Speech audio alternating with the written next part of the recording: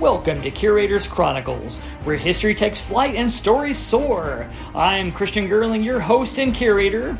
On this show, we uncover the incredible stories behind aviation events that have shaped our world. Stories of courage, innovation, and sacrifice that offer powerful insight into our shared history. Today's guest is retired Colonel Timothy Duffy, one of the first military pilots sent to New York City on the morning of September the 11th, 2001. He and his wingman, flying F-15s out of Otis Air National Guard Base in Cape Cod, Massachusetts, were scrambled after a report of a hijacked aircraft. While they were en route, the second plane struck the South Tower, confirming that the country was under attack. When they arrived over Manhattan, the scale of destruction was overwhelming. With communication breaking down and confusion mounting, there was no clear path forward, just instinct, training, and an unshakable commitment to protect. From the cockpit of his fighter jet, Colonel Duffy witnessed the horror of the Twin Towers' collapse, an unimaginable tragedy unfolding in real time, etched in history.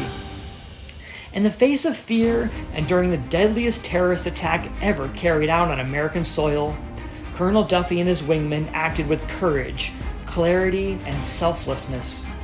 In that unprecedented moment, they rendered an extraordinary service to their country and to the world. This is a powerful and deeply human story you won't want to miss. Well, thanks for joining us, Colonel. You bet. It's my pleasure. So let's start a little bit before we talk about the September the 11th attacks. Let's kind of start from your beginning of being an aviator and wanting to become an aviator and how you grew up. Can you tell us a little bit where you grew up and how the love of flying came about? Sure. So I grew up in a small town called Rockland in Massachusetts, about 30 miles south of Boston.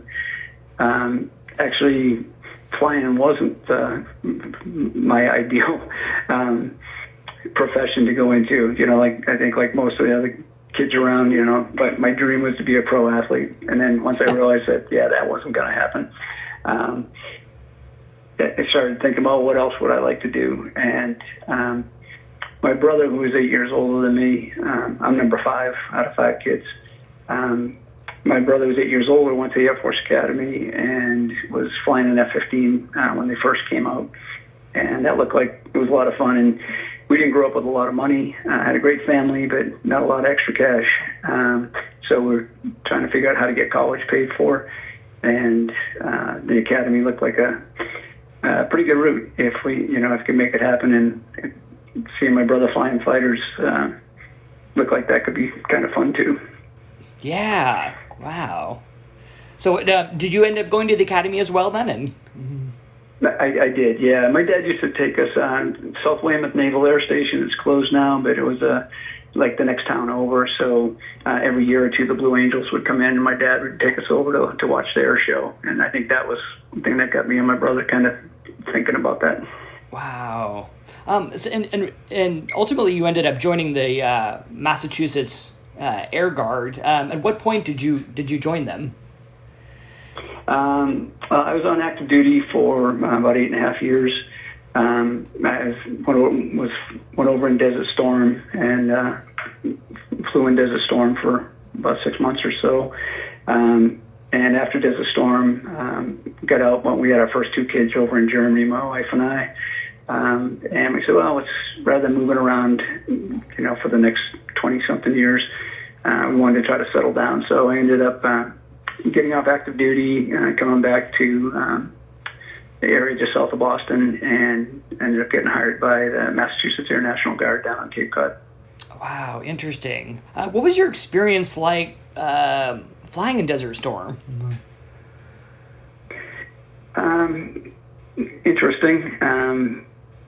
We were very well trained. I was fortunate. I was coming out of the Reagan Bush years, where the military had been built up. So we had plenty of planes and spare parts and all that, so we could get and do a lot of training. So we were highly trained going in, but none of us, including my squadron commander, had ever been in combat. So, we missed Vietnam. We were too young for that. And this was the first time for almost all of us being in combat. So we were well trained, but still when you're playing for real cars and stereos, it was,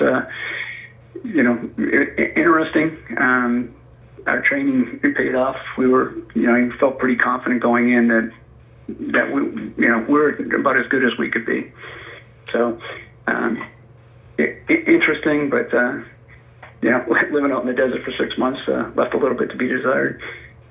Yeah. Is it challenging flying over there? No, not really. The missions we did were well planned out, and as I said, we were well trained. So I had been through red flags and other major exercises. So even on the first night of Desert Storm, being up there with all the tankers and strike packages and everything else that we were doing, it felt fairly comfortable. It felt like we'd done it before. This was just on obviously a much grander scale. Mm-hmm.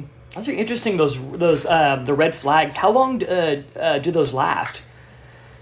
Usually for a couple of weeks. Okay. So you go out and you go through all the mission planning and the briefings, and then going out and flying the missions, and then coming back for lengthy debriefs to find out what you did well and what you did poorly and could do better at. So it was really, really good training.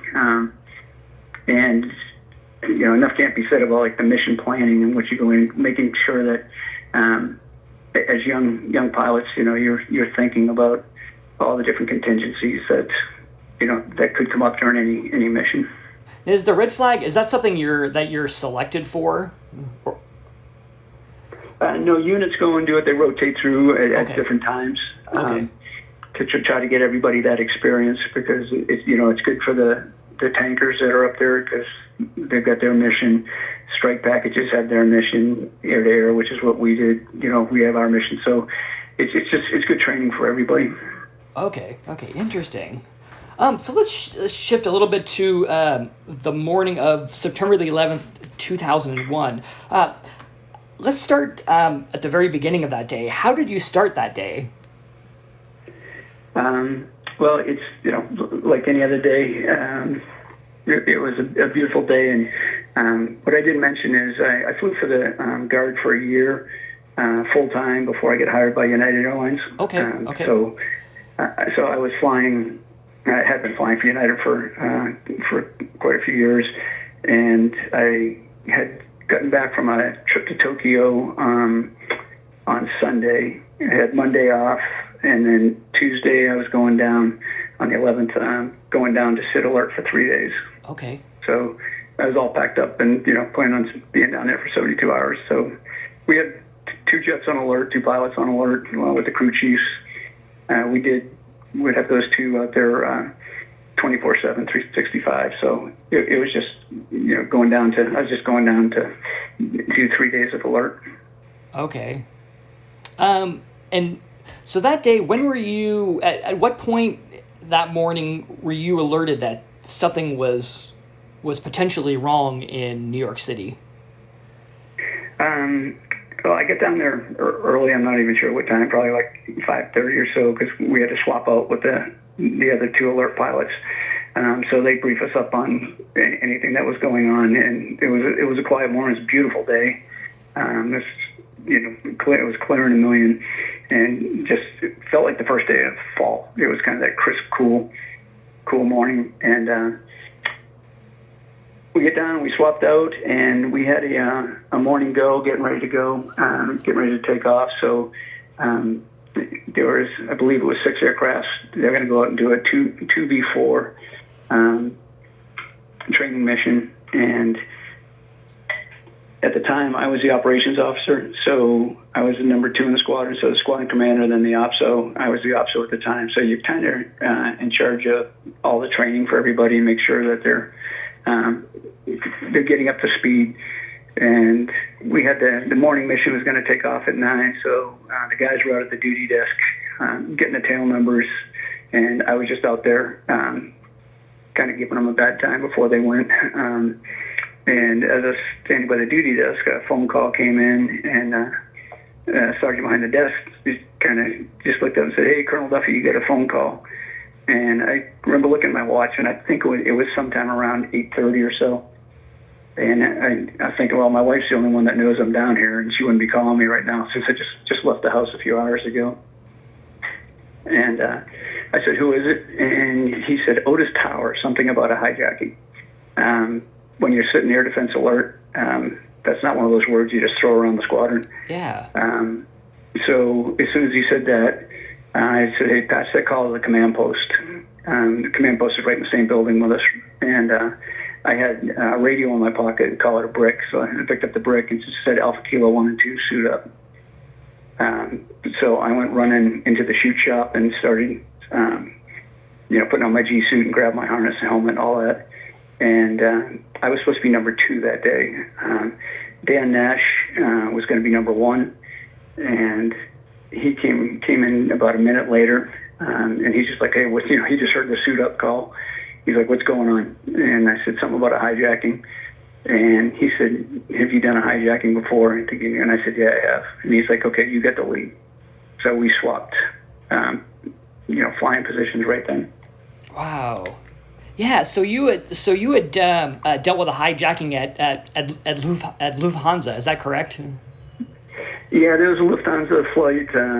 I don't even know what year it was. A number of years before, and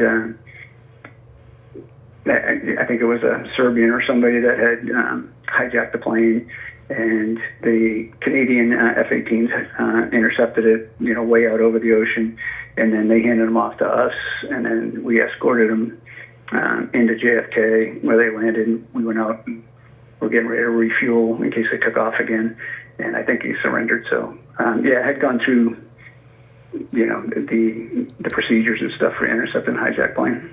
Interesting. Now, is that so? In terms of training of a potential hijacked aircraft, would that be something that you and your team would train for normally? Yes. Oh, yes. Okay. Yeah, that's one of the missions that we would train for. So, every year or two you go through different evaluations. And you'd have to go through the procedures for intercepting a hijacked plane. Okay. Now, so that day, September the 11th, what weaponry were your aircraft carrying, if any? The alert jets always had hot missiles and guns. So I think we had AIM-7, AIM-9, and a hot gun. Okay. Now, as I understand it, so that's a radar. AIM-7's a radar. AIM-9s are heaters, and then the gun. Okay. Wow. So as I understand it, you got in your F-15 and you're airborne within 6 minutes. Is that about right? Something like that? Yeah, we're supposed to be airborne in 5. So what actually happened was once Nasty came in, Dan Nash, his call sign was Nasty. Once he came in, we swapped leads. I ran in the command post, and Colonel Tracy was in there as squadron commander, and he was the supervisor of flying that day, and he had a phone in each hand. He was trying to get NORAD and Boston Center to talk to each other because it got a little bit messed up, but it worked out okay since the phone call came right to me at the duty desk, and I could get us moving. So I just told him, I said, "I'm 1, Nasty's 2," and he just said, "Hey, it looks like the real thing." And I said, "We're going to the jets," and he's like, "Go." So we hopped in the alert truck. We're driving out to the alert hangars where the jets are, and I heard Alpha Kilo 1 and 2 battle stations. And that's good news for us because that means NORAD's making that call. So they're now in the loop, and we're kind of all on the same page. And battle stations just means strap in, don't start. Do you recall what was going through your head at the time? No, I had heard from the squadron commander. He said, Tracer said it was a 767, American 767 Boston to California. He said, "Looks like the real thing." So you're like, okay, yeah. If we get scrambled, let's try to get there as quick as we can. Get our eyes on them and see if there's anything we can do to help. So those were the instructions you were given once airborne. So that was all the information you had at that point. Yes, yeah, we didn't have much. Once we get scrambled, and as soon as I started up, we had an inertial navigation system, RINS, which we use for navigation, and we normally have a stored alignment on it. So in like 30 seconds, you could be ready to go. As far as that goes, you still have to start up the engines and go through your checks, but the INS usually is ready to go. As luck would have it, mine dumped, so I had to put another alignment on it, which was going to take like 3 or 4 minutes. But it was such a beautiful day. I got a thing called a slow flasher, which is like a degraded mode. So I just took it. I took it just so we could go get airborne. Okay. Take me through the timing a little bit that you remember. So you take off, and I think American Flight 11 had probably already struck the North Tower of the World Trade Centers. Yeah, if I'm not mistaken, I believe the scramble order came the same minute that the first one hit. Okay. And so we scrambled. We took off full afterburner. I left it in full afterburner on the way down there, and we were getting vectored down towards New York City. And as we're going to about 18,000 feet, Nasty called me on the radio and just said, "Hey, Duff, you're going super." So we're going supersonic on the way down there, which we're not supposed to do over land in peacetime. But we were, at 18,000 feet and climbing. So I didn't figure the boom. I didn't know if anybody would even hear it. Never mind being disturbed by it. So I figured, well, we can talk about that when we get back on the ground if anybody's upset. And then I thought we were just chasing one. I had no idea the first one had hit, and I had my face kind of buried in the radar scope trying to pick out the contacts, because Tuesday morning around New York City, there's a lot of planes flying. Yeah. So trying to pick out who they were trying to vector me in on, was a bit of a chore. So I was heads down a lot, not looking outside. And I called for bogey dope, which is just bogeys on identified aircraft and dopes information. So basically I was just asking, where is he?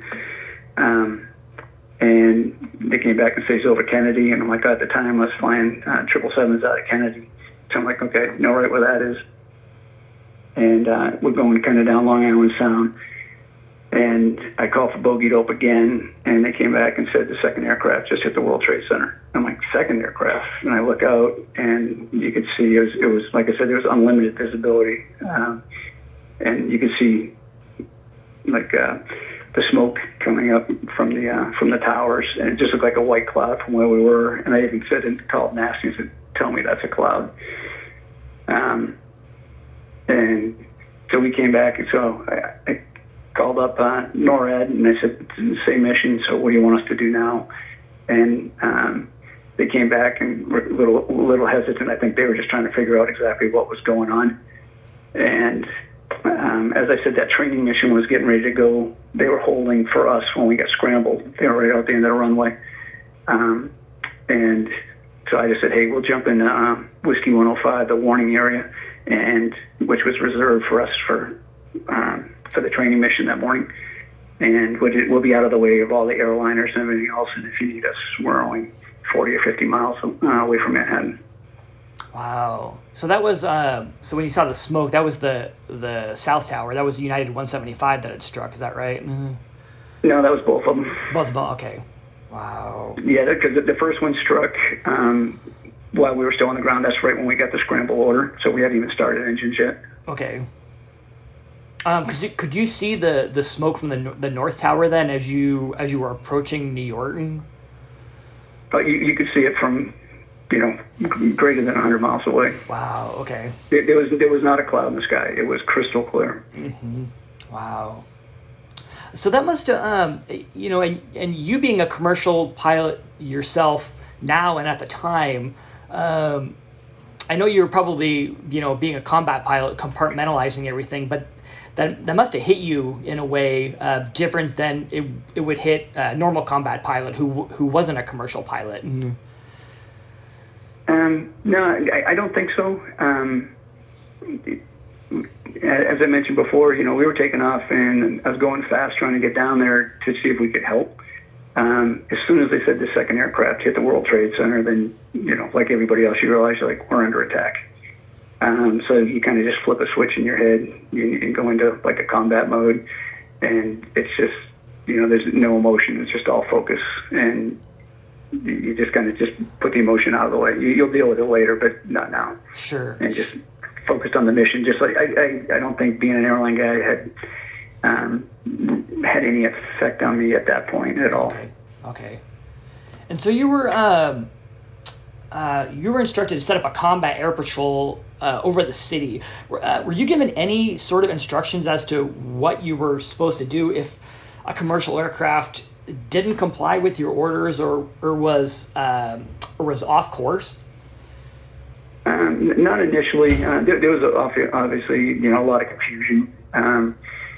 So when we went in, I said, hey, as we were going in, I'm trying to figure out how we're going to set up the cap. What do we want to do? And I'm coming up with a plan in my head. And obviously, fuel is going to be an issue since we were in full afterburner going down there for a long time. And Nasty was a scheduler. And he called me on the radio and just said, hey, Duff, we had a tanker scheduled for the morning go. So the morning training mission, the guys were going to fight each other, go hit the tanker, top off, and then fight again. So it's an efficient way of getting two missions in. So there was a tanker out in the warning area, which was huge. Nasty was a scheduler, so he knew that. I did not, and that was a huge help to me. So I just called NORAD and said, hey, grab that tanker, put him over Kennedy at 20,000 feet, and we'll come get our gas when we need it. Mm-hmm. So that bought us a lot of time. So you were just, you're flying on the area looking for commercial aircraft. Were you seeing seeing anything unusual in terms of, there was probably, the order at that time was probably for all the commercial aircraft to be grounded at that point. So were you doing like escort missions for commercial aircraft or?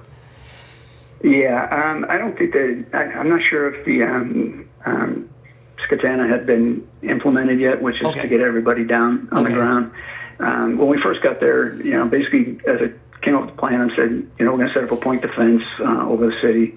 You kind of draw a ring around it in your head mentally, for a certain range. I briefed up NORAD and New York Radar Approach Control and just said, hey, anybody inside of this that's, it looks like it may be a threat or is not doing what they're told, whatever, we'll go out and intercept. And we'll do it one at a time and always keep somebody over the city because you don't want to get caught too far away with both of you if there's, another threat coming from a different axis. Okay. There must have been a lot of radio chatter, I can imagine. Yeah, there was.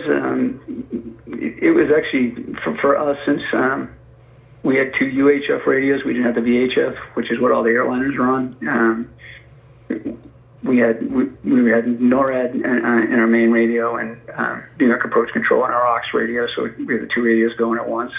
But they were real good about trying to vector us in, and we were escorting planes into land. So I just pull up next to the cockpit and take a look. I could see inside the window to see who was at the controls, and then we'd escort them down to land, and then go around, and as they touched down, we'd go around and then go do another intercept. Okay. So as you're flying combat patrol over the area, I understand you witnessed the dramatic collapse of the South Tower of the World Trade Center. Can you tell us about that experience, what you witnessed, and any of the thoughts that might have been going through your mind at the time? When the South Tower went down, I wasn't sure exactly what had happened. I was escorting, I think it was a Delta flight, like over LaGuardia. I believe that was the intercept that I was doing at the time, and I just remember seeing some motion out of my periphery, and I looked over and just saw a big tan cloud, kind of down around southern Manhattan, and I called NORAD and said, hey, the Northeast Air Defense Sector, and said, I think one of the towers just went down, and they confirmed. They said, yeah, the South Tower had just collapsed. but I was busy. You know, I'm on the wing of another plane, so you're like, you know, we just have to keep doing our thing. Wow. And then you also saw the North Tower collapse as well. Is that correct? Yeah, you know, a little while later, we've been doing the intercepts, and they called up and said, "Hey, can you go by and check out the North Tower?" And we had already flown by because we were basically, you know, we had we were down low, and so Nasty was with me, and we flew by and took a look at it, and it got hit pretty high, and it looked like, you know, the flames were. And the smoke was pretty rough. I called down and said, "I'm not sure if you'll be able to do any kind of rescue off the roof or not." You know, it didn't look real good. And they said, "Okay." And I said, "Well, let me go check and see how the building's doing." So I thought the South Tower fell over. I didn't realize it imploded. Okay. So as I'm flying a couple thousand feet above it, just kind of roll up on a wing's edge so I could look down at it. And I'm looking at the square of the roof, and I was just looking to see if the building was twisted or leaning or anything, because, like I said, I thought the South Tower fell over. And as I'm looking at the square on the roof, it starts getting smaller. And I really didn't have any frame of reference for it, and couldn't figure out what was going on for, you know, a couple seconds until I saw the plume coming out of the bottom and realized that the building was falling away from me. Wow. Do you remember your thoughts at the time? I mean, that must be. I mean, yeah, you've put it all. You put it all in a way, but I mean, that must be. I mean, this isn't something you see every day. I mean, that must have been so surreal. Yeah, you know, most of the day was surreal.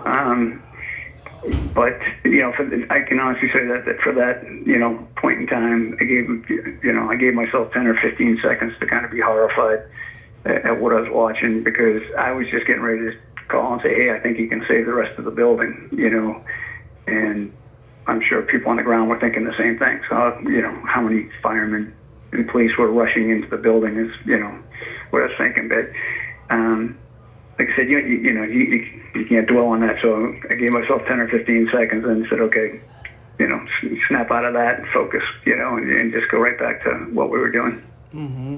Now, as you guys are you're flying your mission above the city, did you hear about American Flight 77 or United Flight 93 at all? Not specifically. At one point, and I don't know exactly what time it was, I believe both towers were still standing. They called up and said, just let us know, said, "Hey, we have the same problems down in D.C." And I'm like, "Okay, well, you know, we've got our hands full right here. There's nothing I can do about D.C. right now." So, you know, you just like, you know, it's not good, but you have to kind of put that out of your mind as well. Mm-hmm. Because you said earlier, like you were, that you routinely train for hijackings, but obviously you don't train for somebody hijacking an aircraft and flying it into a building. No, we had never planned for somebody to, you know, use a hijacking that way. Most of the threats we were looking at were external, not internal. And this obviously is an internal threat. And, you know, when they asked to set up a cap over in New York City, you're like, okay, well, you know, to my knowledge, we had never done any kind of combat air patrols over the U.S., and I wouldn't have done it with 2 planes. I would have done it with 4 or 6. You know, but you just, that's why I said a lot of this stuff, you know, I was just kind of making up as I went along, you know, and using the experience I had over in Desert Storm. Yeah, because I can imagine, that must have helped you, and it informed a lot of your decisions for that day. Yeah. So in total, do you remember how long your patrol was over New York?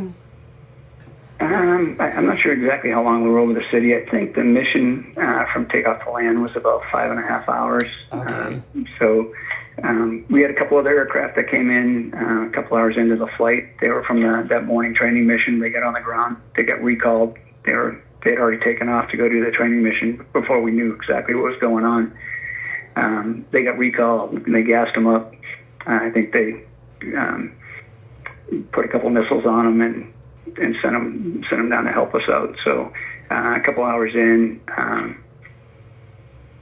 we had two other F-15s come down to help us out, which was nice to have some help at that point.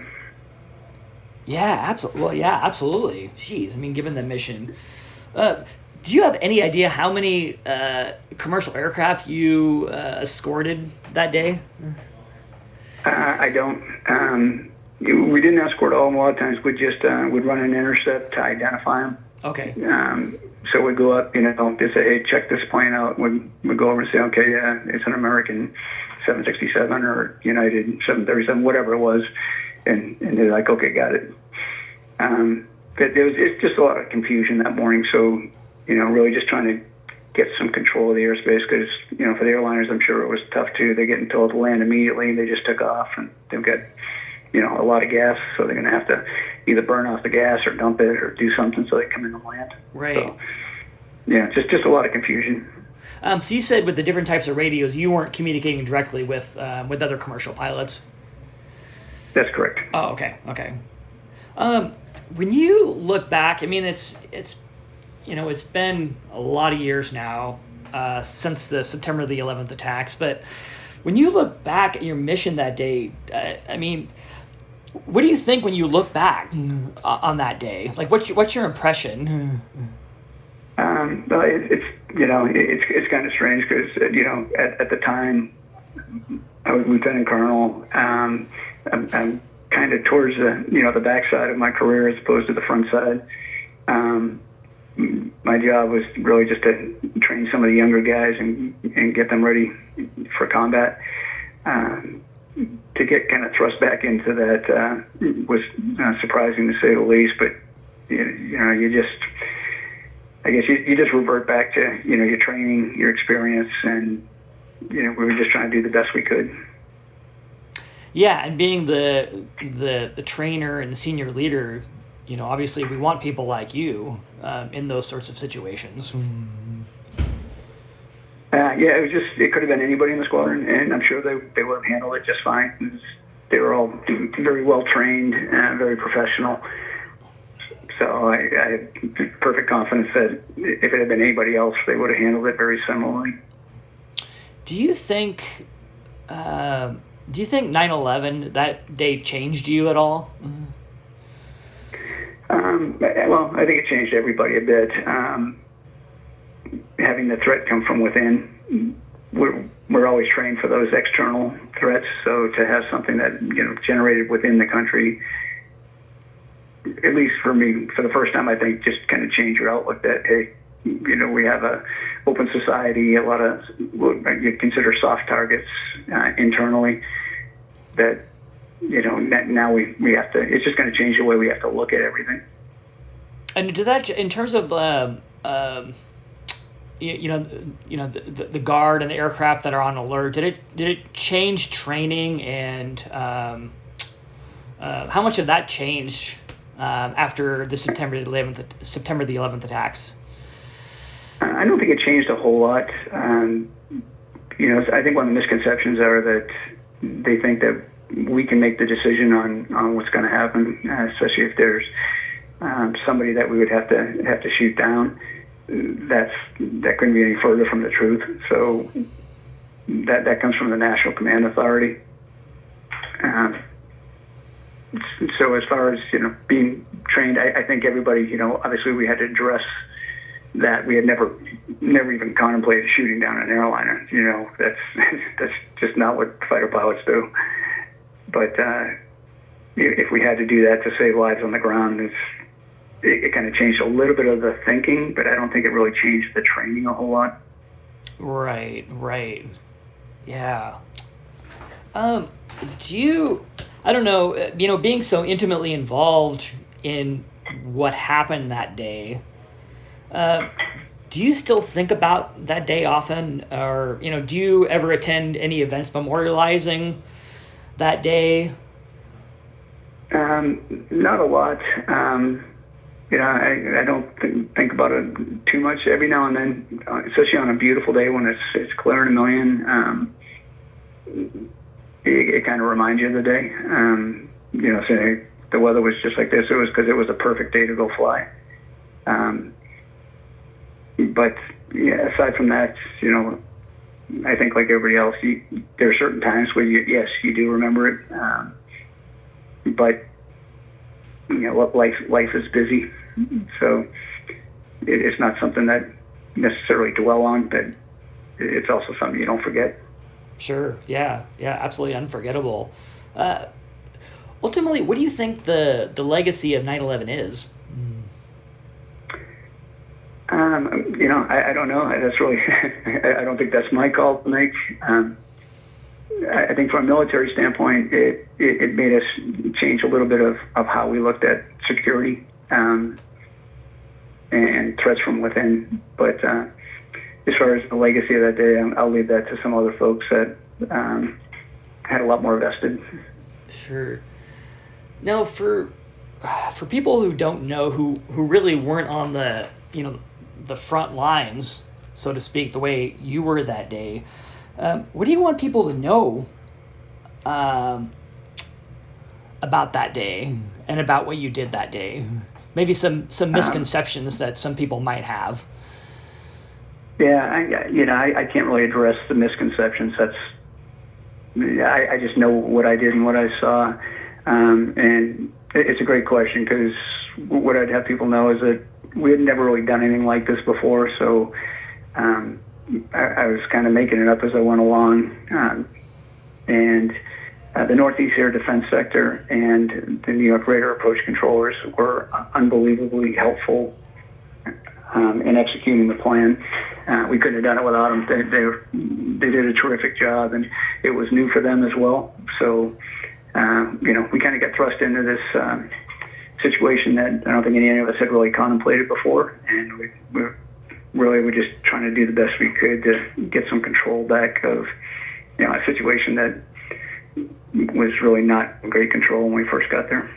Yeah, that's amazing. Well, I thank you for your service that day, and you really did an amazing job. And it's really a fascinating story, and I know our visitors are gonna find it just as interesting as I did, for somebody like yourself who was there that day and witnessed the horror of the worst attack ever on America. Well, yeah, I just like people to know that everybody that was around has a story about 9/11. Their story, and and no one story is any more important than any of the others. It's just that we happen to kind of have a different viewpoint. For that morning, from where we were sitting.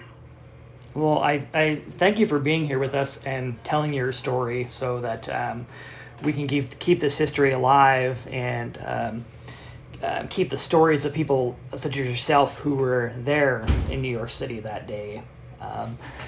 Help those stories stay alive, so future generations will remember what happened that day and never forget. Well, thank you for doing this. I appreciate you having me on, and I'm with you. Anything we could do to make sure people don't forget, I think is truly important. Well, thank you so much for joining us. We very much appreciate it. Thank you, sir. Great. Thank you, Christian.